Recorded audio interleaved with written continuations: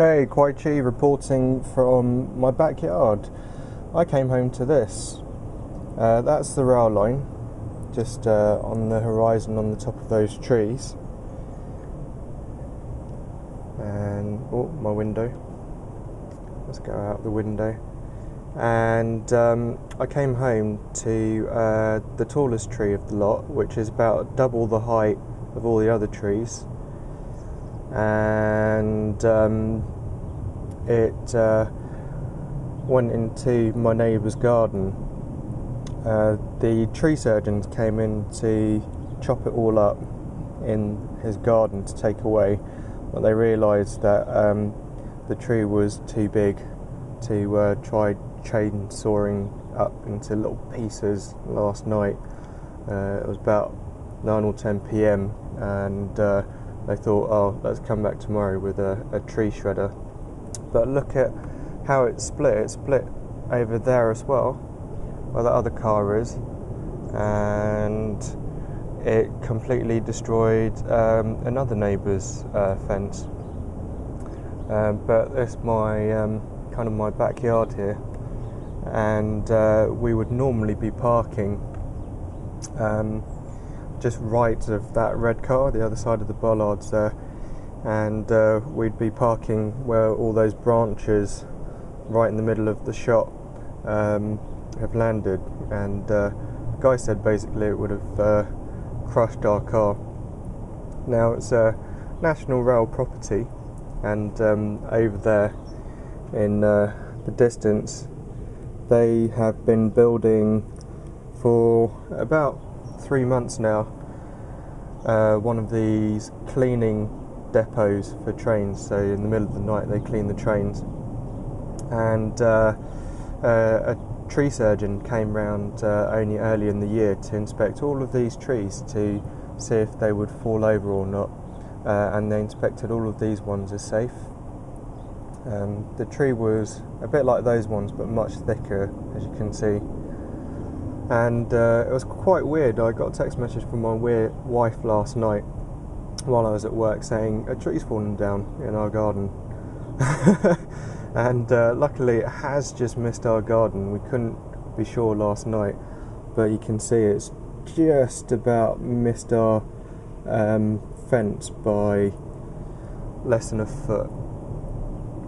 And this tree reminds me of Hawaii.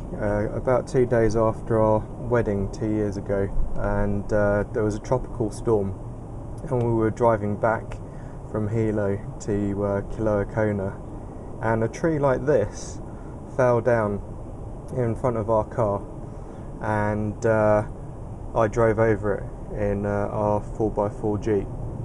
We hit it dead on, and luckily we just went straight over it, but it was huge. It was like this. That tree root, as you can see, compared to that car, is quite thick. It's the diameter is much bigger than that 17-inch wheel of that car there. So pretty mental. They've chopped off all the branches, and National Rail said they would make the area safe, and their idea of safe is that little red string with the flags, white flags there. Oh, they're not flags, they're like little bits of tape, plastic tape, and they're little red bits of tape too. Bit of a joke. But now I can see, unfortunately, the rail line, because that tree's gone, and the noise pollution has gone up, and our view has kind of been de-beautified. But apart from that, we're just very lucky, because if that tree had landed slightly more right in the shot, it would have gone straight into our shed and completely destroyed that too, as well as our cars. So slightly further, it was just crazy, because this car park was absolutely full. It was absolutely chocker. You know, and it managed to miss that car as well. It managed to go right of that car, and it managed to go left of that car. the person was parked next to it too, and it would just destroyed a couple of neighbours' cars and our cars, which would normally be parked in the centre shot there. Absolutely insane. And if you look down here, just look at that trail of destruction in my neighbour's garden. Unfortunately, he's away until the end of the week, but you can see that this tree just completely collapsed, and it could have just gone a bit further right into our garden and completely destroyed our brand new fence that we've spent a lot of money putting up. Fortunately, National Rail are probably going to cough up and replace all the broken fences and stuff. I would hope they would, and also clean up our car park afterwards. It's full of fly-tipped litter. You can see 2 white bags in the centre shot there, and there's a black bin liner just left of that, full of rubbish. But inside, where all those trees are, between 2 lines of fences, are loads of fly-tip litter, and it's just completely destroyed the soil. And you can see that the bottom of that tree trunk is black. And the tree surgeon last night from National Rail told me that that actually means that the whole root of the tree was completely rotten.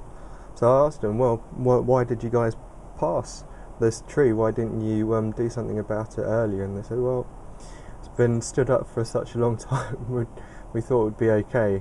And I just thought that was pathetic, because this could have all been avoided. Now they've got to come clean up this tree, they've got to fix this fence with a neighbour's car in the way, because the neighbour's kind of refused to move his car. Yeah, it's just mental. Imagine coming home to this. I thought my wife was kind of kidding, and I thought it would be one of the tiny little trees and just, knocking over a bit of the fence, but it's the big arse tree, which would normally be as tall as about that. I know that's no frame of reference, but it's very big. This is a big car park. It's more than 2 cars' length in distance, and it's come through, and it's gone all the way through, and very almost gone into the property. So if it was just a touch taller, it could have knocked down our neighbour's house. We're semi-detached, and it could have taken us down. One of our local trains just going by into probably Victoria. Absolutely insane. Well, this was quite surreal. Kwai Chi signing out. Until next time, take care.